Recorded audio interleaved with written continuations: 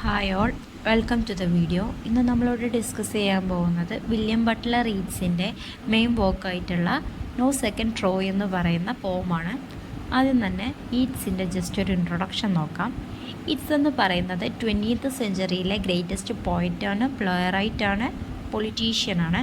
അദ്ദേഹം അബേ തിയേറ്ററിൻ്റെ കോഫൗണ്ടർ കൂടിയാണ്. അദ്ദേഹത്തിന് 1923 ലിറ്ററേച്ചറിലെ നൊബേൽ പ്രൈസ് കിട്ടിയിട്ടുണ്ടായിരുന്നു. എന്തിനായിരുന്നു? അതായത് നാഷൻ്റെ സ്പിരിറ്റിനെ അദ്ദേഹത്തിൻ്റെ പോയട്രിയിലൂടെ, അദ്ദേഹത്തിൻ്റെ ആർട്ടിസ്റ്റിക് എക്സ്പ്രഷനിലൂടെ ഇൻസ്പയർഡ് ചെയ്തത് കൊണ്ടായിരുന്നു അദ്ദേഹത്തിന് ഈ ഒരു അവാർഡ് കിട്ടിയിരുന്നത്. അദ്ദേഹത്തിൻ്റെ വർക്ക്സിലെ മെയിൻ തീമെന്ന് പറയുന്നത് love and beauty, Irish nationalism, spirituality, mysticism അങ്ങനെയുള്ള കാര്യങ്ങളൊക്കെ ആയിരുന്നു. അദ്ദേഹത്തിൻ്റെ മെയിൻ വർക്ക്സ് എന്ന് പറയുന്നത് the second coming, when you are old, sailing to Byzantium, no second Troy, a prayer for my daughter, the lake isle of Innisfree എന്നതൊക്കെയാണ്. Next introduction നോക്കാം. No second Troy എന്ന് പറയുന്നത് ഈറ്റ്സിൻ്റെ കളക്ഷൻ ഓഫ് പോമായിട്ടുള്ള the green helmet and other പോംസിലെ 1910 publish ചെയ്തിട്ടുള്ള ഒരു പോമാണ് no second Troy എന്ന് പറയുന്നത്. ഈ ഒരു പോമിൽ റിഫ്ലക്റ്റ് ചെയ്യുന്നത് മൗഡ്ഗോൺ എന്ന് പറയുന്ന ഒരു പ്രൊമിനൻറ്റ് ഐറിഷ് നാഷണലിസ്റ്റുമായിട്ടുള്ള റിലേഷൻഷിപ്പിനെ കുറിച്ചിട്ടാണ് ഇതിൽ പറയുന്നത്. അദ്ദേഹം വളരെയധികം ഇഷ്ടപ്പെട്ടിരുന്ന ഒരാളാണ് മൗഡ്ഗോൺ എന്ന് പറയുന്നത്. പക്ഷേ മൗഡ്ഗോൺ ഒരിക്കലും ആ ഒരു ലവ് റിട്ടേൺ കൊടുത്തിട്ടുണ്ടായിരുന്നില്ല. ഗോൺ എന്ന് പറയുന്നത് അദ്ദേഹത്തിൻ്റെ ലൈഫിലായാലും വർക്കിലായാലും വളരെയധികം ഇൻഫ്ലുവൻസ് ചെയ്തിട്ടുണ്ടായിരുന്നു. മെയിൻ തീം, അദ്ദേഹത്തിൻ്റെ പോയട്രിയിലെ മെയിൻ തീംസൊക്കെ ഏതായിരുന്നു? അദ്ദേഹത്തിൻ്റെ ട്രാജിക് ലവിനെ കുറിച്ചിട്ടായിരുന്നു പറഞ്ഞിരുന്നത്. ടൈറ്റിലെ നോ സെക്കൻഡ് ട്രോയിലെ ട്രോയ് എന്ന് പറയുന്നത് ഒരു ആൻഷ്യൻ്റ് സിറ്റിയാണ്. ഇതിൽ ഹെലൻ ഓഫ് ട്രോയ് എന്ന് പറയുന്ന ഒരു ക്യാരക്ടറിനെ കുറിച്ചിട്ട് പറയുന്നുണ്ട്. അതായത് ഹെലൻ എന്ന് പറയുന്നത് ട്രോജൻ വാർ എന്ന് പറയുന്ന ഒരു വാർ ഉണ്ടാക്കാനുള്ള മെയിൻ റീസൺ എന്ന് പറയുന്നത് ട്രാജിക് ലവ് ഓഫ് ഹെലനാണ്.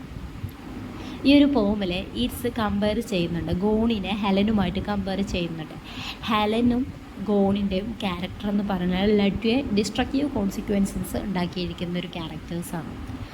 പോമിൽ അദ്ദേഹത്തിൻ്റെ ഫ്രസ്ട്രേഷൻസ് പങ്കുവെക്കുന്നുണ്ട്, എക്സ്പ്രസ് ചെയ്യുന്നുണ്ട്. എങ്ങനെയാണ്? അദ്ദേഹം പറയുന്നുണ്ട് ലവ് റിജക്റ്റ് ചെയ്യാനുള്ള മെയിൻ റീസൺ എന്ന് പറയുന്നത് പൊളിറ്റിക്കൽ ആക്ടിവിസം കാരണമാണ്. അതായത് ഗോണ് പൊളിറ്റിക്കൽ ആക്ടിവിസത്തിൽ ഇൻവോൾവ് ചെയ്തത് കൊണ്ടാണ് ഇവരുടെ ഒരു ലവ് ഫെയിലിയർ ഉണ്ടാവാനുള്ള റീസൺ എന്നാണ് പറയുന്നത്.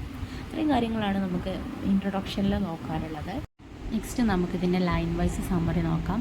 ആദ്യത്തെ സ്റ്റാൻസയിൽ അദ്ദേഹം ആസ്ക് ചെയ്ത് തുടങ്ങുകയാണ്. എങ്ങനെയാണ്? അദ്ദേഹം പറയുകയാണ് അദ്ദേഹത്തിൻ്റെതായ പെയിൻസിനെ എന്തിനാണ് മൗഡ്ഗോണിനെ ബ്ലെയിം ചെയ്യുന്നത്?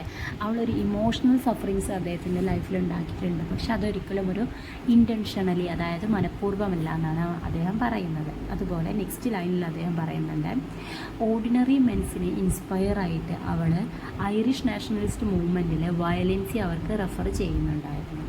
നെക്സ്റ്റ് ലൈനിൽ അവൾ ലിറ്റിൽ സ്ട്രീറ്റർ എന്ന് പറയുന്നുണ്ട്. അതായത് ലിറ്റിൽ സ്ട്രീറ്റർ എന്നുകൊണ്ട് ഉദ്ദേശിക്കുന്നത് കോമൺ പീപ്പിൾസിനെ അവൾ എൻകറേജ് ചെയ്യുന്നുണ്ട്, എന്താ ബ്രിട്ടീഷ് റൂൾസിന് എതിരെയായിട്ട് പ്രവർത്തിക്കാൻ വേണ്ടിയിട്ട്.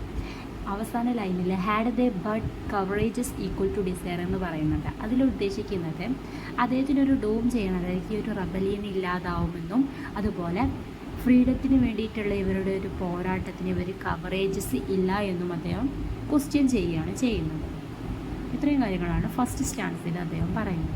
നെക്സ്റ്റ് സെക്കൻഡ് സ്റ്റാൻസയിൽ അവളുടെ ക്വാളിറ്റീസിനെ കുറിച്ചിട്ടാണ് പറയുന്നത്. അതായത് അവളുടെ സോൾ എന്ന് പറയുന്നത് പ്യുവറാണെന്നും ഒരിക്കലും ഒരു പീസ്ഫുൾ ലൈഫ് അവൾ കൊണ്ടുവന്നിട്ടില്ലായിരുന്നു. അവളുടെ ലൈഫ് എന്ന് പറയുന്നത് മറ്റുള്ളവരുടെ ഫ്രീഡത്തിന് വേണ്ടിയിട്ട് മാറ്റിവെക്കുകയായിരുന്നു.